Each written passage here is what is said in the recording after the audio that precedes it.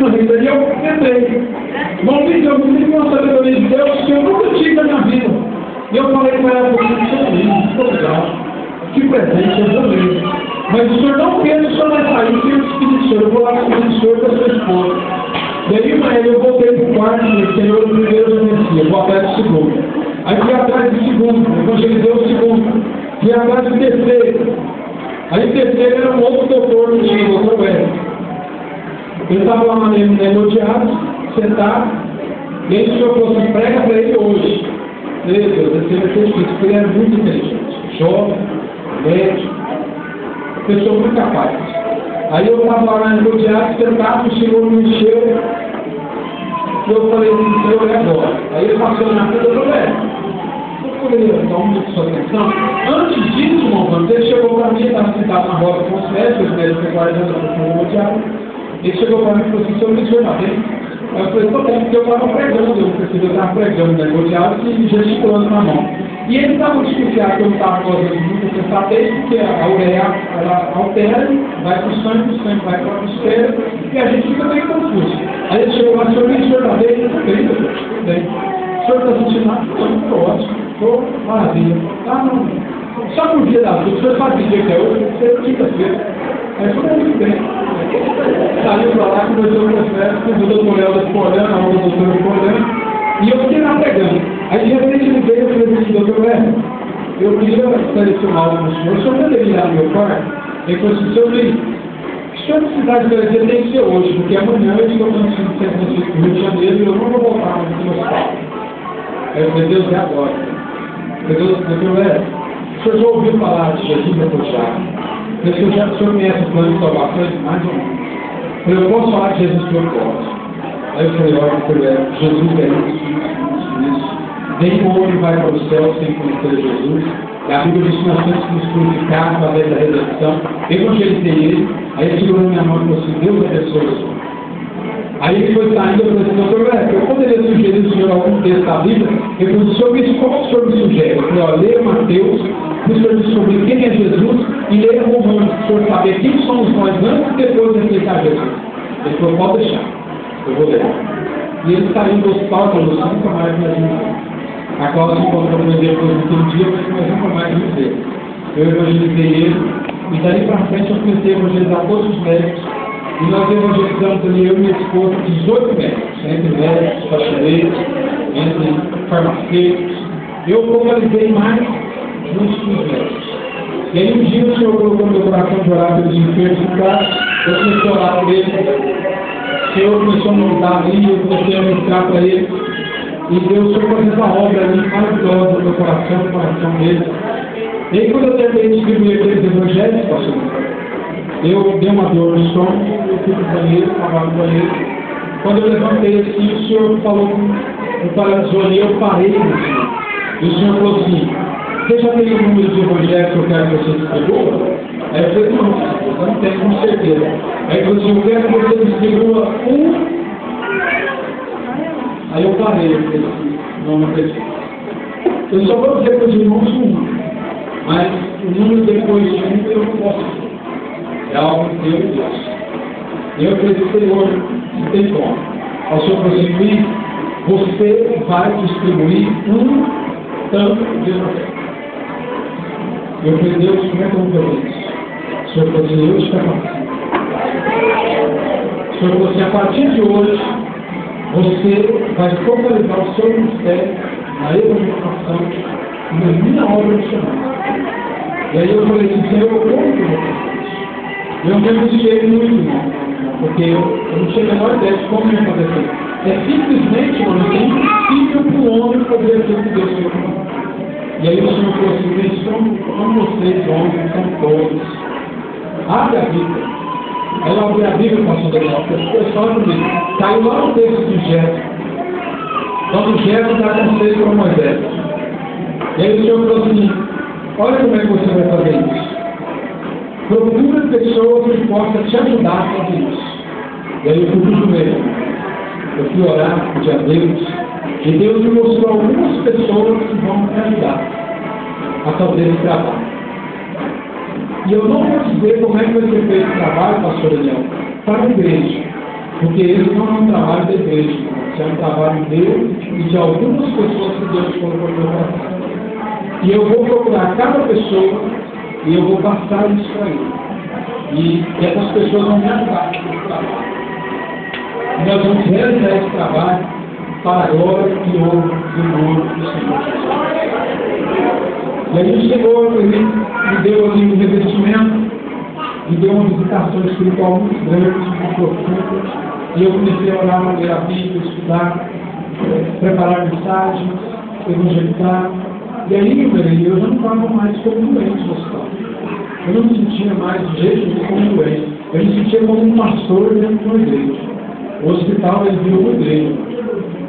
Eu pregava com minha esposa, eu pregava com o rapaz que estava do lado, pregava para a companheira que estava do lado, eu pregava com o médico que eu odiava. Eu dava graça, eu pregava. Eu saí, terminei a aula, fui para casa, pregando com minha cunhada, com minha sogra, e algo tremendo, profundo, muito grande. E o que eu queria dizer para os irmãos, gente, acima de tudo, eu queria dizer 3 coisas para os irmãos, para encerrar o meu testemunho dentro disso que eu posso dizer de irmãos. Primeiro, Deus, pastor, não permitiu essa enfermidade em mim para nada que você está pensando, e nem nada que eu estou pensando, nada que eu pensei, não tem nada a ver. Essa enfermidade, ela veio na minha vida por coisas que Deus queria resolver e na vida da igreja.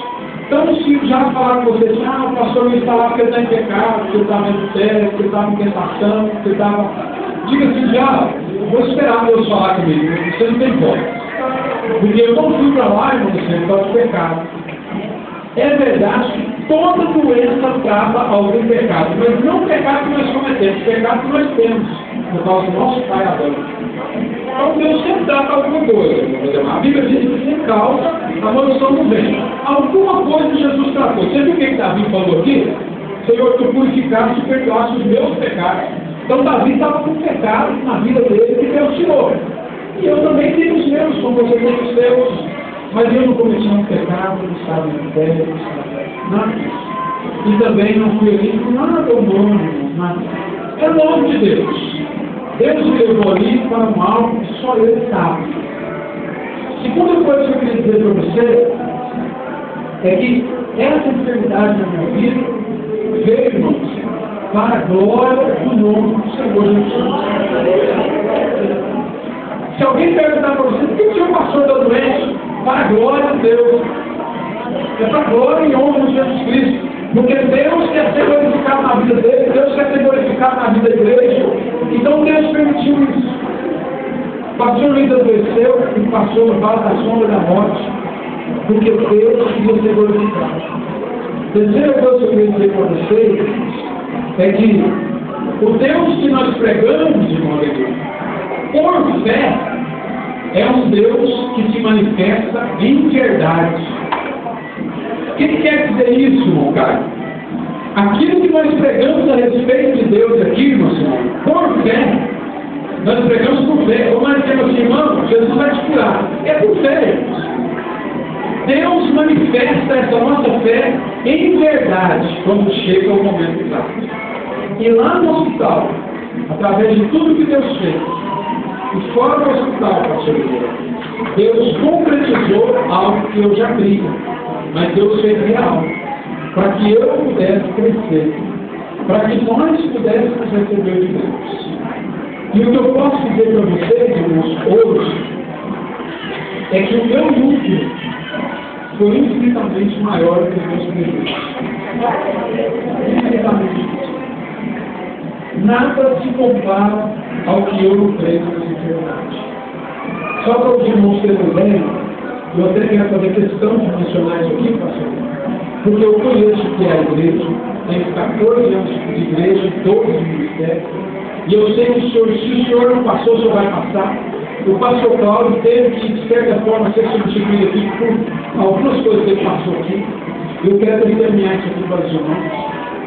Eu havia comprado o meu carro, pastor Leandro, e eu comprei o meu carro por R$ 23.900. Eu financei o meu carro, ele ficou com 34 mil reais financiado. Eu dei 2 mil reais que eu tinha do meu trabalho e que Deus usou 2 irmãs da igreja para me dar. Na verdade, eu tinha 1.400 reais e as 2 irmãs completou 2 mil reais. Eu dei os 2 mil reais de entrada e dei um cheque de 1.000 reais para 10 dias para eu pagar com o resto do serviço que eu tinha na oficina. E esses 1.000 reais, meu irmão, eu paguei com o serviço que eu tinha antes de ir para Goiânia. Quando eu fui para Goiânia, meu filho, eu deixei aqui em São Roque de compromissos da oficina, pastor, compromissos do curso de teologia e compromissos particulares meu de água, luz, telefone, compras que eu tinha na cidade aí, feitas mês a mês, e o último cheque da entrada do meu carro, no valor de 3 mil reais. Eu deixei aqui, meu irmão, cerca de 8 mil reais para pagar. Inclusive os 3 mil reais do meu carro, que era a última parcela da entrada, ia vencer 15 dias depois da primeira parcela do financiamento, que era 635 reais. Irmãos, eu não vou dizer como que Deus fez, mas Deus fez isso através do pastor Gabriel, através do ministério do nosso filho, através de você, através da minha família, através desse homem aqui, da esposa dele, através da minha esposa, que foi uma princesa de Deus em todos esses dias da minha vida. Deus, pastor Daniel, simplesmente, o Senhor Jesus Cristo, Ele pagou todas as minhas dívidas.